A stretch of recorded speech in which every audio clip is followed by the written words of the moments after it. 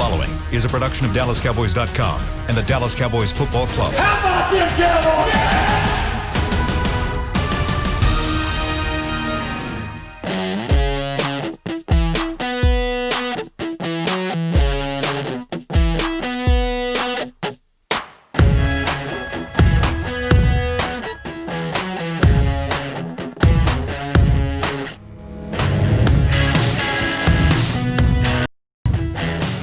Hey guys, what's up? It's time for the Writers Roundtable. I'm Nick Eatman. I got David Hellman, Rob Phillips, and we got some news that we expected. We did expect this to happen at some point, but there's not much going on here in late June and all of sports, especially with the Cowboys. But Dak Prescott signs his franchise tag tender. We expected that, Dave. We'll start with you. You wrote the story. What does it mean? Well, I feel like it can mean as much or as little as you want it to. Bare bones, it means Dak Prescott is under contract for 2020.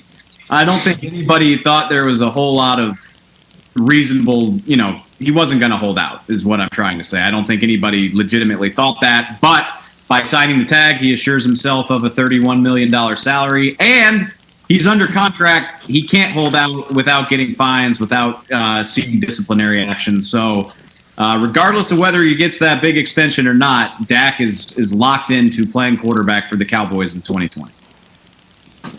What was your take on this? You still feel like July 15th is the time where he's going to get a deal, or do you still think that they'll be working on that pretty all the way to the deadline? Well, call me a sap, but I still feel optimistic that when we get closer to July 15th, I still feel like Dak's going to get a deal done. And I don't know that with certainty. There are still reports out there that it's about the length of the deal, that Dak would like 4 years as opposed to 5.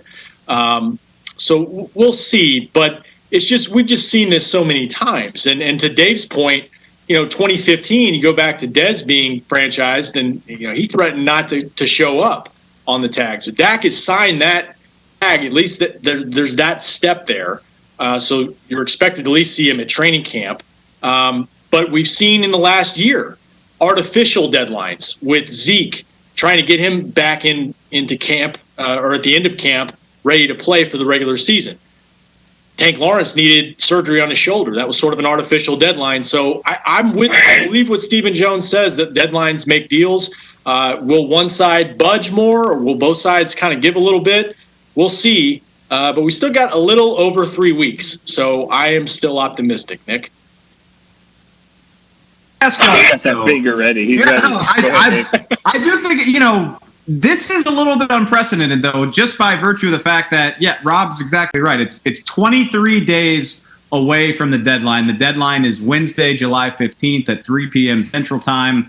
It's a little more than 3 weeks. So why did Dak do this now? The virtual offseason program is basically over.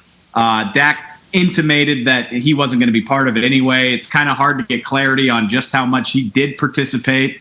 It's been a little weird not having practices for him to be at or sit out of. But what was the impetus for him doing it now? And me personally, I just can't help but think about COVID-19. It's obviously a very weird spot for the league to be in. It seems like a reasonable guess that the NFL is going to lose money at some point or another in this whole thing, whether that's because you play games without fans or the season is delayed. Who knows? But it's hard for me not to think that Dak was like, let me go ahead and sign this thing and make sure I get myself $31 million before anything hits the fan. That's what I've always, what I was told people. Usually when you get a $31 million check, and you guys can attest to this, when you get that much money in the check, you cash it. You're going to cash it at some point. That's what I do. I always do. Yeah.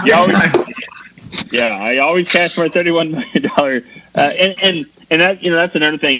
We've all had people reach out like, oh my God, because we were joking about it before we started, that when you say they just see Dak signed, and it was like, oh my God, like what's happening here? He signs the tender, nothing that we didn't expect. But like you said, Dave, I thought is interesting. The only thing that he really could have been fined for is if he missed the mini camp, which I believe was last week, the virtual mini camp. all the others is voluntary. So the OTAs and things like that. So I mean, I can't think that he would just be holding out because he didn't want to take Zoom calls or whatever. 3 or 4 more Zoom calls that weekend, and now he's under contract. I mean, that is. You're right. The timing of it is kind of weird, but yeah, maybe.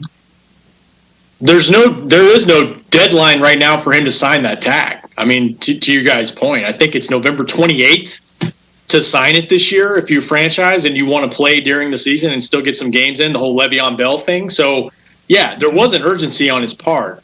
And it wasn't, fans have asked us, like, does this open up space for trying to do something else? They've slotted this money in, $31.5 million, and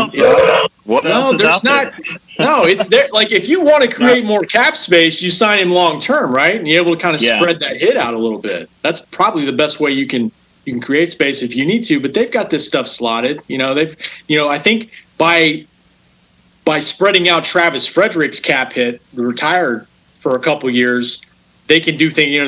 They can slot their draft class and get those guys signed. But I don't see it doing for this. That's why. Sorry, go ahead, Nick. No, Well, you guys. I'll start. Let me go. You guys have always called me the implier. So yeah. I'll do this one, and I'll dance around a little bit, creating more space. If there was a player out there that I'm trying to go down this road. Go ahead. Openly saying that he wanted to come to Dallas, a player on another team who's openly saying it, and we all know who we're talking about, and a position the Cowboys could certainly use a badass player at. That would be a reason to create some space. You said it, Rob, budging. Who's going to budge here? Maybe the Cowboys need to do that. Need to get a long-term deal done so they could create some necessary space if they wanted to add a player who was openly trying to come to Dallas. Yeah, but if you believe the reports, this player who doesn't need to be named, who wants to come to Dallas, also might conceivably play on his rookie deal for the right team. So who even knows? And I did get a lot of questions about that. I mean, Dak signing this tender doesn't mean anything for that. It's an accounting move, right? I mean, it's getting him under contract for training camp. I mean, which is why it goes back to what I said is, I think I've said this on our podcast a dozen times, is there's no real impetus for Dak to sign this until the deadline. Like, he doesn't really stand to gain anything, although maybe, he was tagged in mid-March, so this is like the 4th month that he's been under this tag without signing it. Maybe he just talked to his agents and said, hey, who knows what's going to happen with this pandemic? Who knows how it's going to affect the salary cap or any of another dozen things? And me signing the tender doesn't do anything to my ability to continue to negotiate a long-term deal. So let's sign this thing and make sure that I'm going to put $31 million in my bank account no matter what. Because, I've never had the kind of money that Dak had even before he signed this deal. But if I had the potential to make $31 million hovering over me, I would not be able to resist signing that tag. I would tell my agents, I don't care. I'm signing the damn thing. I'm making sure I'm getting my money. Yeah, I think Tank signed his tag the first time he got tagged right away. Anthony Spencer, Nick, they couldn't get that tender offer out fast enough for him to go ahead and just sign it. He played on it twice, I think, a decade ago. You put the in front of me? I'm signing that. Hey, but Dave, he's already. Depends on how you look at it. Dak's already really done that. I mean, last year, there was a deal on the table. It probably wasn't what he liked, but it was probably in the range of 31, 32 a year, and he played for 2. So I've always wondered this. Is he ever going to make up that? Let's say that the deal was $32 million and he wanted 38, 40 or whatever. And he played for 2. So he basically lost 30. Is he going to really make that up over time? Like, I'm not sure. I'm not sure about we got a mailbag question, that exact question Nick asked like 2 weeks ago.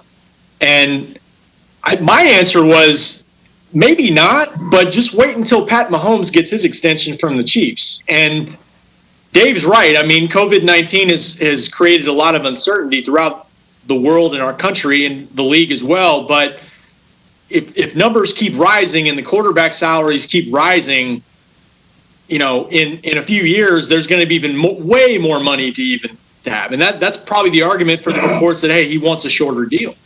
I don't know mathematically if he could make that money back. But the mailbag Rob is talking about, I brought up Kirk Cousins, which he passed up on a $20 million a year contract back when that was top of the market with Washington.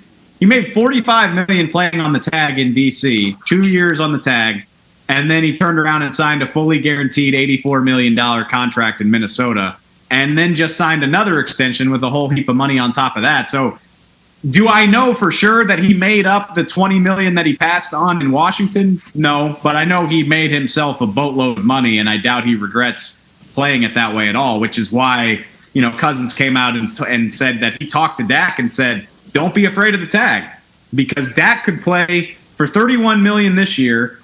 And let's be honest, he doesn't even have to have the most amazing season in the world to up his value, because we're talking about paying him this off the strength of an 8-8 season. So he could turn around, play his way into a bigger contract next year, or if the Cowboys want to tag him again next year, it would be $38 million, and the guy's made, almost $70 million for 2 years worth of work. That is worth noting for fans out there. Like, you can tag him twice, but you're not going to pay him the same amount. You have to pay him a larger salary the next year. So, it's entering $40 million a year range if you tag him for 2021. If the deal doesn't get done in the next 3 weeks. And let's be honest about it, the Cowboys and all NFL teams are probably not going to have the same kind of money rolling in this year as they did last year, which that could affect the salary cap next year and all that stuff. So it'll be interesting to see just how that plays a factor into all of it. All right. You guys have anything else to kind of add to this? It's really the only news story going on, and not just from the Cowboys, but really in all of sports right now. It's a big deal, even though it's one that we kind of expected. But still, Cowboys, Dak, and signed, put all that together, and you get a little podcast here. At the very least, we don't know if Dak's going to sign. We don't know how COVID is going to affect the salary cap on top of everything else in the world. But if there is an NFL season, Dak will be playing quarterback for the Cowboys. So it's nice to think that there won't be any drama in regard to that. Dak's the QB for the time being. Let's focus on something else. And I agree with Dave that probably, look, if you're Dak, let's just lock this money in. You could look at it if you're an optimist like me and say, hey, it's a sign of good faith. Like, I'm going to be here when camp starts. Let's try to hammer this thing out in the next 22 days, 23 days? 23 days. So let's just get our calendars out and mark the days off. We'll see if it gets done by mid-July. Well, we'll probably be talking before then. So for Dave Hellman, Rob Phillips, I'm Nick Eatman. We'll see you next time on the Writers Roundtable. This has been a production of DallasCowboys.com and the Dallas Cowboys Football Club. How about this, Cowboys? Yeah!